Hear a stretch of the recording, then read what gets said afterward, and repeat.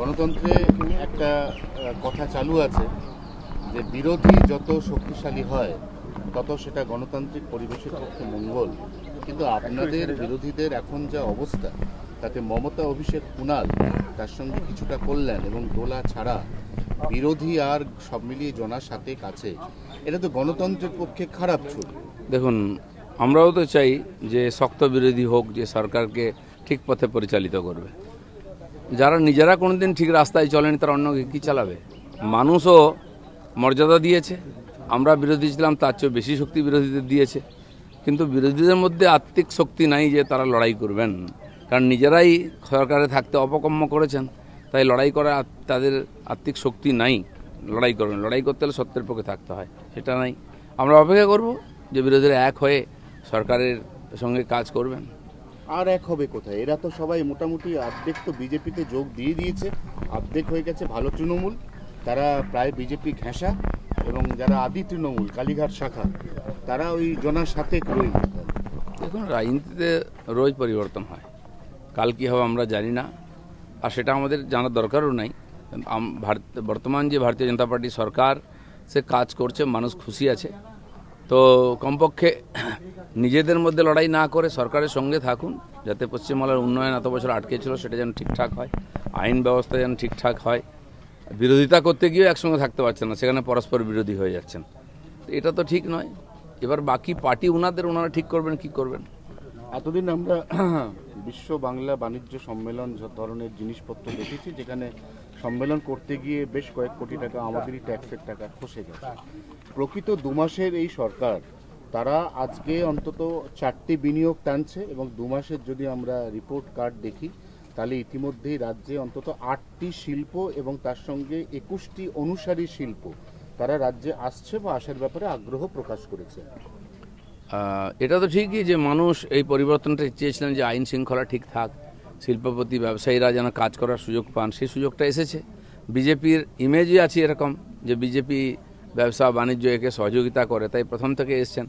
যেদিন মাননীয় তাপস দা ওখানে শিল্পপতিদের সঙ্গে বৈঠক করছেন, সেই সময় একটি সংস্থা এলিগেন্ট স্টিল তারা আমার সঙ্গে দেখা করতে এসেছিলেন। তাদের রঘুনাথপুরে পুরুলিয়াতে 450 একরের বেশি জায়গা আছে, সেখানে তারা ইলেকশনের আগেও কাজ শুরু করতে চেয়েছিলেন, করতে দেওয়া হয়নি। এখন তারা কাজ শুরু করতে চান। আমি মাননীয় তাপসবাবুকে বলেছি যে এই পার্টি যাচ্ছে, আপনি কথা বলে তাদের সমস্যার সমাধান করুন। তো সবাই চলে আসছেন, দেখা করতে না পারলে কারো না কারোর সঙ্গে দেখা করছেন, কথা বলছেন। তারা ইমিডিয়েট কাজ শুরু করতে চান। এরকম অনুকূল পরিবেশ 50 বছর আগেও, 50 বছরের মধ্যে বাংলায় ছিল না। তার লাভটা সবার উঠানো উচিত। শ্রমিক ভট্টাচার্যের বিরুদ্ধে দলের একটা বড় অংশের নিচুতলার কর্মী সমর্থকদের ক্ষোভ বাড়ছে। শ্রমিক ভট্টাচার্য নিজে প্রথমে বলেছিলেন কাউকে দলে নেওয়া হবে না, কিন্তু তারপর দেখা যাচ্ছে তারই হাত ধরে সুকুন্দ শেখর থেকে শুরু করে এরা একে একে পরপর সবাই বিজেপি জয়েন করছে। ওনার বিরুদ্ধে একটা ক্ষোভ কিন্তু ক্রমশ বাড়ছে। দেখুন, শ্রমিক ভট্টাচার্য তো এই ব্যাপারে সমস্ত সিদ্ধান্ত নেন না, এমপিদের ব্যাপার আছে, কেন্দ্র সরকারের ব্যাপার, কেন্দ্রীয় পার্টির ব্যাপার আছে। তো তাকে যে ব্যাপারে নির্দেশ দেওয়া হয়েছে সেটা উনি পালন করেছেন। তবে এটা ঠিক যে পশ্চিমবাংলার বর্তমান যে পরিস্থিতি আছে, এখানে যে ধরনের রাজনৈতিক গতিবিধি চলছে তার একটু বিপরীত দিশাতে এটা হয়েছে, সেজন্য তাকে টার্গেট হতে হচ্ছে। কিন্তু আমাদেরও রাজ্যসভাতে মেজরিটি চাই। কেন্দ্র সরকারকে যদি কাজ করতে হয়, বিল পাস করাতে হয়, তাহলে আমাদের 2 সভাতেই মেজরিটি লাগবে। আর যদি অন্য কোনো পার্টির লোক আমাদের হয়ে সমর্থন করতে চায়, কাজ করতে চায়, তাকে আমাদের পার্টি সুযোগ দিয়েছে। তারা রাজ্যসভার সদস্য ছিলেন, কেবল দলের সিম্বল পাল্টে আমাদের এমপি হিসেবে ওখানে থাকবেন। এই লোকগুলো সম্বন্ধে আমার বিশেষ জানা নেই। সুখেন্দুবাবু খুব পুরনো লোক, তার সঙ্গে আমার লোকসভায় 2-1 কথাও হয়েছে, কিন্তু তাকে কেউ বদমাস লোক বলবে না বা এইসব কাজে ওনাদের নাম নাই। আর তিনি একমাত্র ব্যক্তি যিনি টিএমসির নীতির বিরোধিতা করেছেন, আমরাও করেছিলাম, উনিও করেছিলেন, তার জন্য তাকে সাসপেন্ড হতে হয়েছিল। আরজি করে তিনি হৃদয়ের কথা বলেছিলেন, তার মেরুদণ্ড আছে। তো এই ধরনের লোককে যদি পার্টি জায়গা নেয়, আর সেটা কেন্দ্রীয় পার্টির সিদ্ধান্ত, সেজন্য তাকে সব ব্যাপারে শ্রমিকদাকে টার্গেট করতে হবে এরকম কোনো মানে নেই। হাইকোর্ট অভিষেক ব্যানার্জির উপর বেজায় খাপ্পা। অভিষেক ব্যানার্জি এখনো পর্যন্ত কিছুতেই ডিজে মামলায় তার যে ভয়েস স্যাম্পল, কণ্ঠস্বরের নমুনা, এটা জমা দিচ্ছেন না, বারবার রক্ষা কবচ চাইছেন। কালকে হাইকোর্ট পরিষ্কার জানিয়ে দিয়েছে যদি আপনি ভয়েস স্যাম্পল না দেন, আপনাকে যে রক্ষা কবচটা আমরা দিয়েছি এবার কিন্তু সেটা উইথড্র করুন। এরা নিজের স্বার্থে কোর্টকে ব্যবহার করে, কিন্তু কোর্ট যখন ন্যায়ের জন্য কোনো নির্দেশ দেয় সেটা মানে না। এটা মুখ্যমন্ত্রীও করতেন, তার ভাইপোও করতেন। তিনি যখন তার বিরুদ্ধে এ ধরনের মামলা হয়েছে, সিবিআই বারে কোর্টে গিয়ে তার রক্ষা কবচ নিয়েছেন। আজ কোর্ট যখন বলছে সহযোগিতা করুন, এবং উনি কথাও দিয়েছেন সহযোগিতা করবেন, আজ উল্টো করছেন। উনি তো বারে কোর্টে গেছেন, বিভিন্ন সিবিআই ইডি থেকে সবার কাছে সামনে গেছেন, তো ওরা জিজ্ঞাসাবাদ করেছে, কোনো ভয় পাওয়ার কোনো কারণ ছিল না। আজকে একটা ভয়েস স্যাম্পল দিতে ভয় কেন? তার মানে ডাল মে কুচ কালা হয়।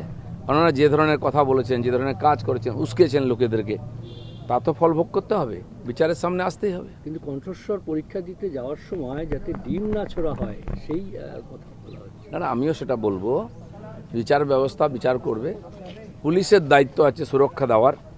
কিন্তু আমরাও তো এই কথা আপিল করতাম, এই ধরনের কোনো দুর্ঘটনা হলো আমরা যেতাম, কোনো অনুষ্ঠানে জেলায় প্রোগ্রাম করতে যেতাম, এই টিএমসি দুষ্কৃতকারীরা ঘিরে ধরে গাড়ি ভাঙতো, ইট পাটকেল মারতো, মাথা ফাটাতো আমাদের কর্মীদের। ইলেকশনের কিছুদিন আগে পর্যন্ত মাননীয় খগেন মুর্মু, ওখানকার এমএলএ, তাদের রক্তাক্ত করা হয়েছিল, সে দৃশ্য আমরা ভুলিনি। তো তার বদলে যদি একটা ডিম খেতে হয়, কি অসুবিধা আছে? ডিম তো বাড়িতে খান, বাইরেও একটু খান, হয় সেদ্ধ করে খেতেন, নাহলে কাঁচা খান। এরা কোনোদিন সেই দুষ্কৃতকারীদের কাজের বিরোধিতা করেছে? ডায়মন্ড হারবারে বারবার অপমান হতে হয়েছে, মারপিট, আমাদের বাড়ির লোকেরা বাড়ি ছাড়া ছিল 5 বছর। উনি গেছেন কোনোদিন? তাদের কথা শুনেছেন? কোনোদিন নিন্দা করেছেন এগুলো ঠিক নাই, জাহাঙ্গীরদের দাদাগিরি? তো আজ এত কষ্ট হয়েছে, একটা ডিম খাবেন আপনি সসম্মানে, খান না। তবুও আমি বলবো পুলিশ প্রশাসনকে আদালতের কাজে যেন বাধা না হয়, সেই জন্য আপনারা আইন শৃঙ্খলা ব্যবস্থা ঠিক করুন। যারা অ্যাপিয়ার হবেন কোর্টে, তারা যেন পৌঁছতে পারেন সেই ব্যবস্থাও করুন, যাতে বিচার ব্যবস্থা সুচারুরূপে চলে।